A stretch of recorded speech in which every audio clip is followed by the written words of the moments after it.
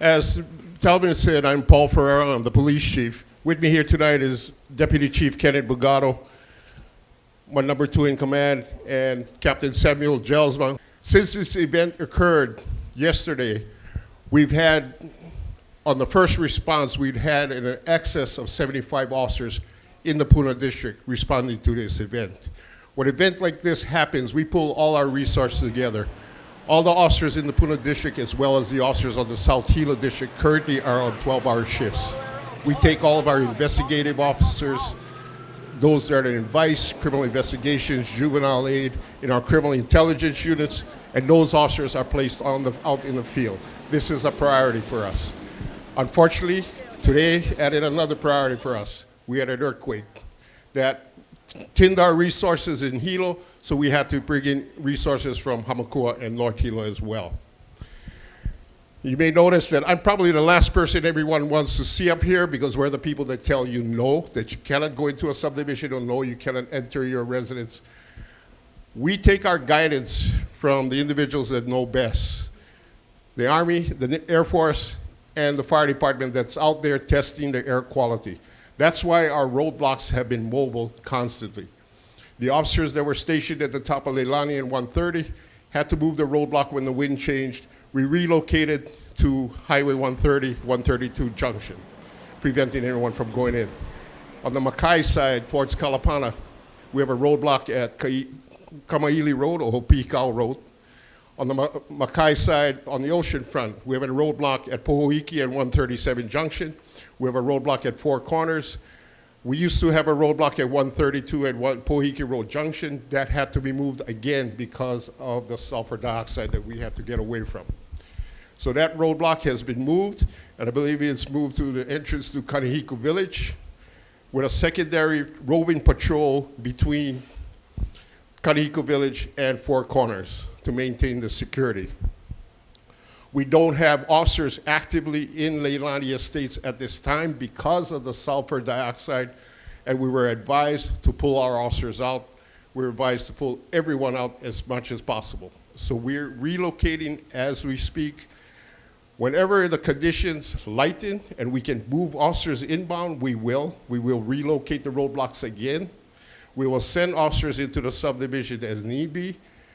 Our officers are not equipped with breathing apparatuses, so they have to depend on what we're being told by the experts on what the acceptable level is. And if I'm not mistaken, this afternoon when we moved the roadblock at Leilani, the acceptable level was 2.0, and we went up to 2.4 or 2.8, something of that nature. I'm not an expert, so I'm not even judge. I'm not even going to tell you what I think it is. But again, the safety of our officers as well as the safety of the community, that's why we tell you no. That's why we say we can't move in. Our officers are out there in the field. They've been there for a while. I know they get frustrated.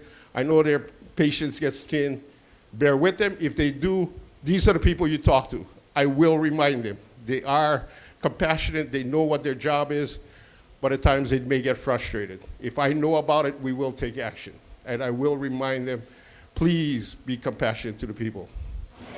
Got the whole uniforms of the police and security, and that they can be fast masquerading as such. For those of you that may not heard, the question was, she's heard that there are looters out in the community wearing police uniforms, police badges, driving around, ripping off homes. Facebook, Instagram, all the social media has created a disaster for law enforcement and all the first responders. I was at lunch yesterday, picking up my lunch, dressed like this. A gentleman came up to me and said, "You would know the answer. You look like somebody important." I said, "No, I'm not." But anyway, he tells me, "I need to get home to Pahoa. Can I get there?" I was just told that the eruption is blowing the rubbish dump road apart and Pahoa is being inundated. And I said, "Where did you get this from?" And he said, "Facebook." I said, "Don't believe it. Turn on your radio, listen to what civil defense says, listen to what the news says. That is where the truth is coming from." People on Facebook want the anxiety, I don't know, they want the spotlight, they're putting out false information. Sir. Pahoa Road is closed, right? So there is about 10 officers at that corner not allowing you to drive up this way. So I had to drive up to here through Bubba Road. I would like to see somebody to guide the traffic. That's a really bad road. There's a car already broken down there, not allowing the traffic to flow. This is the road from Four Corners to Hawaiian Beaches. Through Wawa, that passes Wawa. So if this is where we're going to have to commute, if you guys not going to be out there to guide the traffic, it's going to be on that, already on that. I will have someone look at the road and go through, and we'll work with Public Works. One person in the corner to tell you can't go that way. One is enough. That I know. And a lot of people know that. So if you put some lot of manpower on the road to move the traffic, that would serve the community better. Okay, sir. Okay, thank you. I mean, use your resources to the best of your ability. You said you got 75 officers out there. Don't put them all a bunch of them in one place and nobody looks like know what they do. Okay, no, it's not a problem.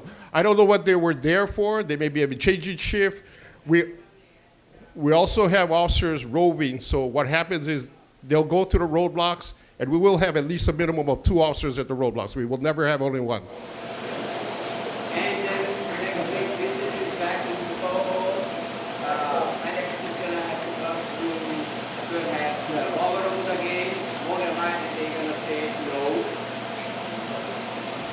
Is the road going to get opened up again? Again, the roadblocks will be determined by what we are told as far as the sulfur dioxide.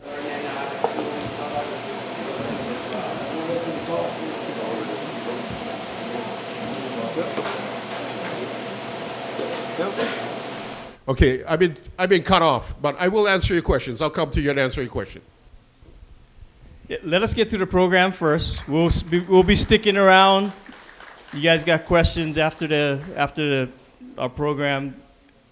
We'll take care of them.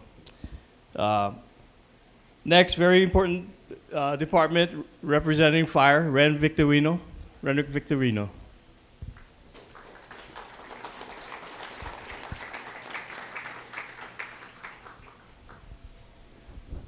Good evening, everybody. Just wanted to thank you guys for being here. Ren Victorino, Deputy Fire Chief. Just wanted to go over the last 24 hours for our department. This all started, like they said, yesterday afternoon, and our companies from Pahoa, Paradise Park, Ke'au, and we also brought in units from Kawalani in Hilo to respond to this incident. So that crew stayed overnight throughout the whole incident. They were managed by our battalion chief. And we ended up holding that crew over today for another 10 hours. So those guys, with lack of sleep, they continued working, throughout the day. We have a team that's dedicated just for this incident. And we have our Pahoa station manned by our on-duty companies. So these individuals are brought in specifically for this incident, and we'll continue manning this incident with those personnel. We'd like to thank the CST team for assisting us throughout the day. We've been doing overflights, looking at the area, and giving reports to civil defense. And we've also been doing monitoring, the SO2 monitoring. So like Talmadge said, the highest readings is in the Lilani subdivision. So, last night it was a difficult endeavor with police trying to get the residents out of there, knowing the high levels of CO2. So just for you guys' information, as a fire chief, we ask you guys to, stay out of the area, abide by, the rules, because if somebody goes down, we got to go in and get you guys. We got to risk, our lives. And, we know it's a dangerous, situation already. So if you guys can, just help us out, please do. We'll continue to do our best to serve the community. That's what we're here for. And we'll do our best, That's all I have. You guys, any questions for me?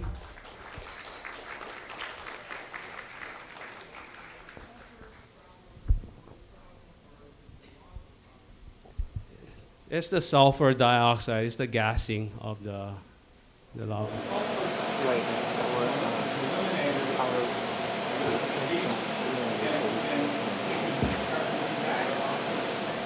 No, I mean, until it's safe, I mean, it's not only the sulfur that we're worried about, it's all the cracking and the fissures in the road. We don't know when it's going to happen, where it's going to happen. So until this incident gets stabilized, I highly suggest that, everybody just stay out of the area.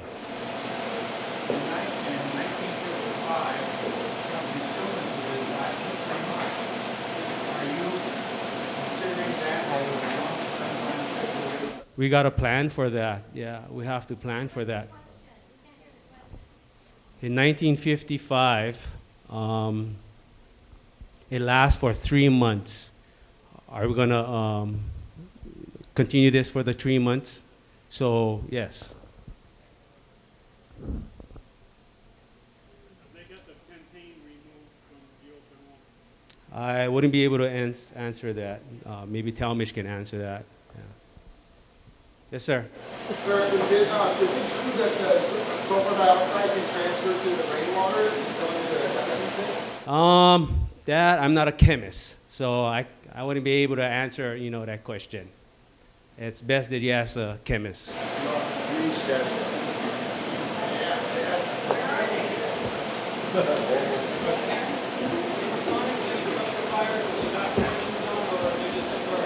We're not responding to any structure fires.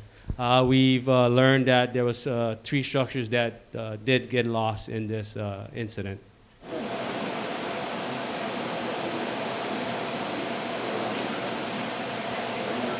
So are you mostly concerned about life? Of course, life is the most important, for us. If that's the case, is it because of the limited mobility now with the routes? Are you stationing ambulances to get patients? No, the primary ambulance is out of the fire station, and we also have a backup that's assigned to this incident. They're going to drive through Wawa. You're going to respond to anything. Yeah, that's our normal response.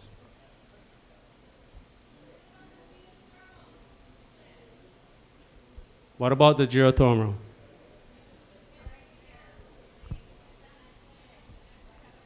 Okay, maybe geothermal can answer that question.